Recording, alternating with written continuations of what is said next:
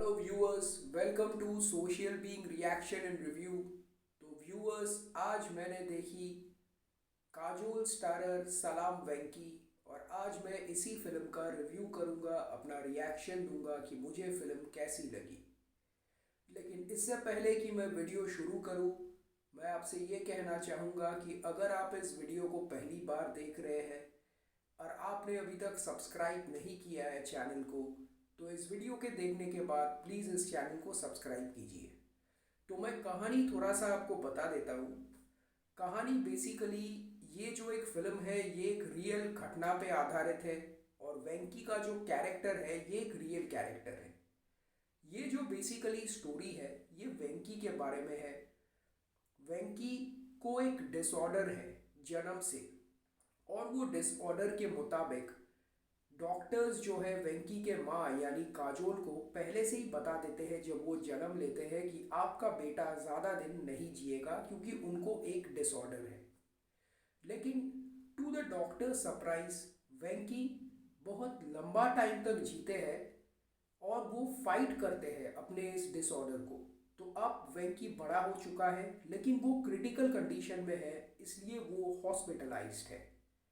लेकिन वेंकी को पता है कि वो मरने वाला है।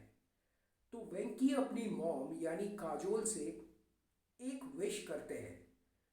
उनकी एक आखिरी इच्छा है, जो वो आखिरी इच्छा ये है कि वो अपने बॉडी के ऑर्गन्स को बेसिकली डोनेट करना चाहते हैं मरने से पहले। तो वो अपनी माँ से राइट टू डेथ का डिमांड करते हैं। अब अगर आपको नहीं पता कि राइट टू डेथ क्या है, बेसिकली बाहर के देशों में एक अमेंडमेंट है, एक लॉ है जिसको हम कहते हैं राइट टू डेथ और राइट टू डाई। उसके मुताबिक अगर कोई पेशेंट जिसको कोई ऐसी बीमारी है जिसमें कि वो मरने वाले हैं, तो उनके पास एक ऑप्शन होता है जिसको हम कहते हैं राइट टू डेथ। यानी कि उस राइट के मुताबिक वो उस देश के कानून से, उस देश के गवर्नमेंट से रिक्वेस्ट कर सकते हैं राइट टू डेथ का। यानी कि उनके मरने से पहले वो अपने बॉडी के कोई भी पार्ट्स, जैसे कि हार्ट हो गया या आईज हो गया या कोई ऑर्गन्स हो गया, उसको बेसिकली डोनेट करने की परमिशन मांगते हैं।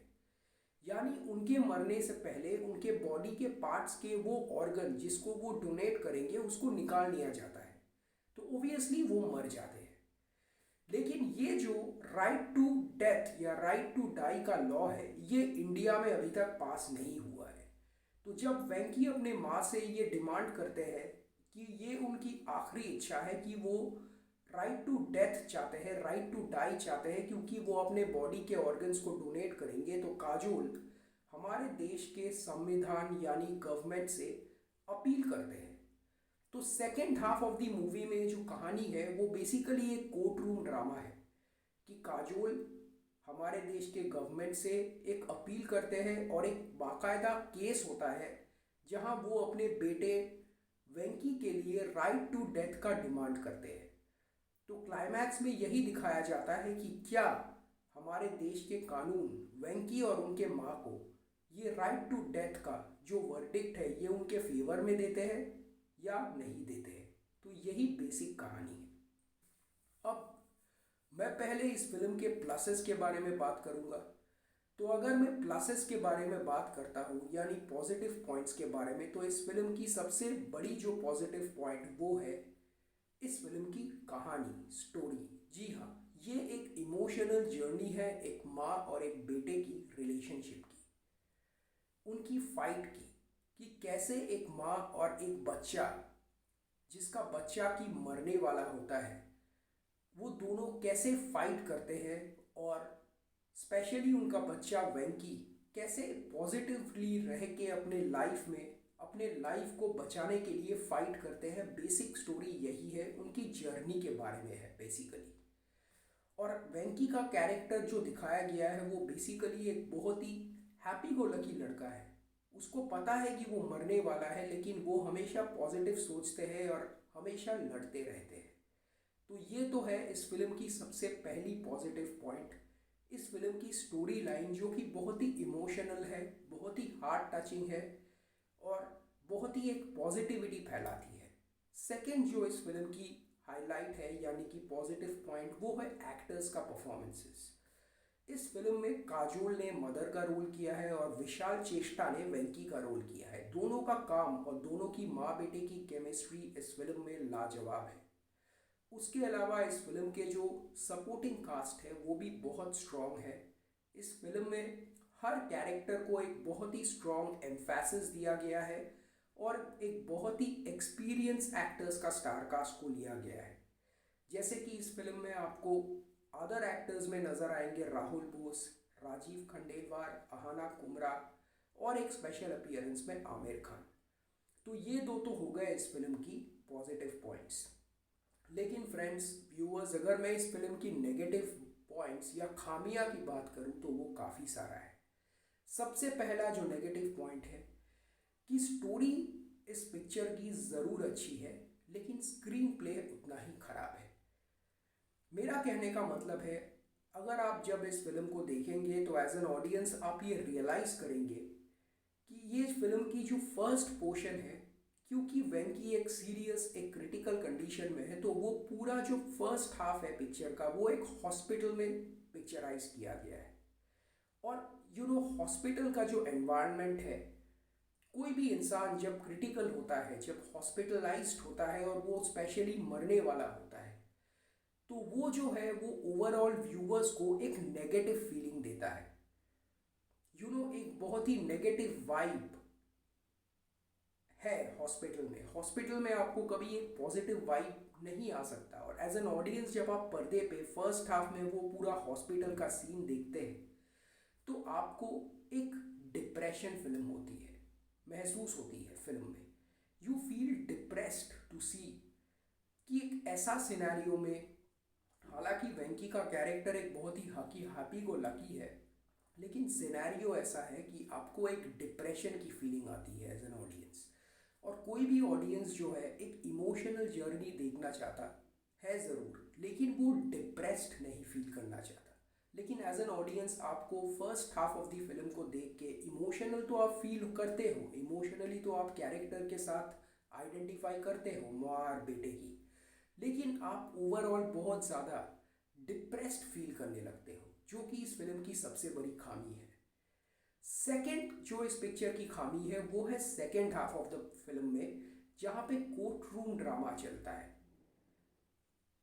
वो खामी यह है कि फर्स्ट हाफ में जो मदर एंड सन का बॉन्ड दिखाया है वो बहुत स्ट्रॉन्ग दिखाया है, इमोशन भी क्रिएट किया गया है। लेकिन सेकंड हाफ में जब वो पूरा कोर्ट रूम ड्रामा चलता है, जब वो केस चलता है, तब काजोल का जो कैरेक्टर है वो, उसको ऐसा दिखाया गया है, स्क्रीन प्ले उसका ऐसा है कि वो केस में इतनी ज़्यादा घुस जाती है अपने बेटे को राइट टू डेथ दिलाने में कि आपको ऐसा लगता है कि ये कैसी माँ है।